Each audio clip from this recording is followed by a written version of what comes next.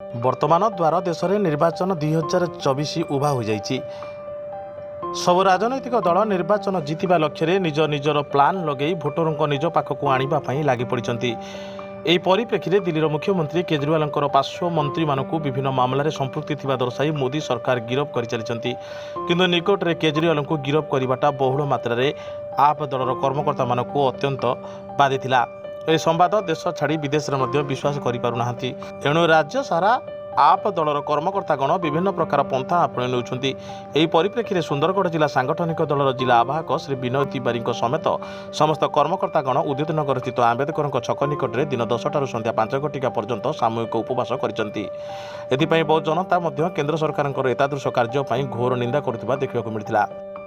ମୁଁ ବିନୟ ତିୱାରୀ, आम आदमी पार्टी सुंदरगढ़ जिला आवाहक। आज आमर आंदोलन जोटा चली अरविंद केजरीवाल जी दिल्ली मुख्यमंत्री तथा आम आदमी पार्टी सर्वभारतीय नेता तांको मार्च 21 तारीख दिन गिरफ्त कराई। से गिरफ्तारी विरुद्ध रे आज ओडिशा सारा आम आदमी पार्टी तरफ सामूहिक उपवास कार्यक्रम रही। तेणु आज सकाळे 10 घटिका समय संध्या 5टा पर्यंत आम सामूहिक सबू वॉलंटियर्स माने आज उपवास रे अच्छु।